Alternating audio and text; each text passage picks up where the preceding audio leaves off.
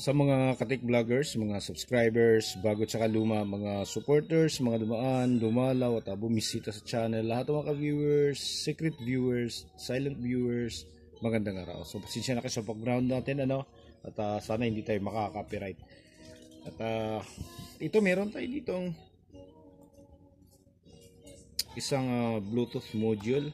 So meron na siyang sariling amplifier, yan maliit lang siya So naghahanap tayo ng mga ganito kasi maraming mga kumukonsulta sa atin na sira na yung kanilang mga board ng party speaker nila, Bluetooth speaker. Na lalo na doon sa mga 5 watts lang yung ginagamit na amplifier. So itong nakita natin na compatible doon sa 5 watts at saka doon sa medyo mataas-taas na kunti. So 25 watts per channel, yan yung kanyang amplifier. LTK yung ginagamit. LTK 52201 yun yung ginagamit. Class D Class D amplifier siya. Ang supply nito ay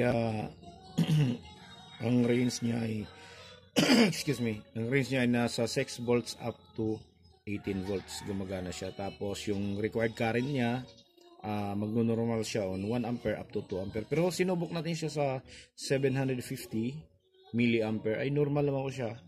Normal yung kanyang tunog.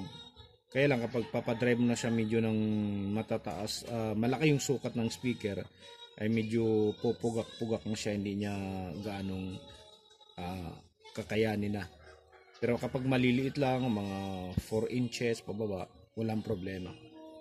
Okay, ayan siya Ayan.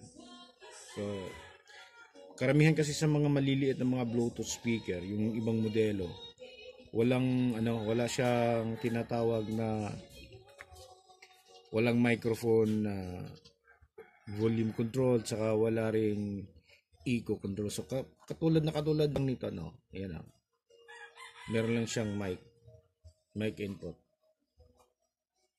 Ayan. Okay. So, ito yung maganda gamitin doon sa mga lumang Bluetooth speaker, party speaker natin na hindi naman gaanong kalakasan yung watts, hindi naman gaanong malalakas So, ito tamang-tama lang to. Pakinggan nyo Tsaka ito, meron akong konting isi-share sa iba kung bakit iba daw yung tunog kapag dito sa auxiliary nila ginagamit. So, itong auxiliary kasi, itong auxiliary lang sa lahat ng mga sound source dito, signal source natin, USB, TF card, Bluetooth. Itong auxiliary na to, ito lang yung hindi dumaan sa sound processor. Hindi dumaan dito. Kaya yung tunog nito ay flat na flat. So walang gaanong kalansing, malakas yung vocal, tapos hindi gaanong makalabog. Kasi hindi siya dumadaan sa equalizer to. Pag pinindot mo yung equalizer niya, button, ito yung kanyang kasamang remote. Pinili natin dalawang klase ito. Merong manipis ang remote, saka ito makapal ang remote. So dito, itong equalizer na to, kapag naka-auxiliary ka, kapag pinindot mo to, magbabago lang yung auxiliary, equalizer mode dito, pero ganun pa rin yung tunog. Okay? So pwedeng isubok natin yan. So try natin, kabit natin yung mga speaker. Tapos off muna natin sandali. Ayan. Tapos ito yung ginagamit natin na power So linear power supply, transformer type. Ayan. So malinaw naman siya, malinis, hindi siya maugong. So power on tayo. Play natin.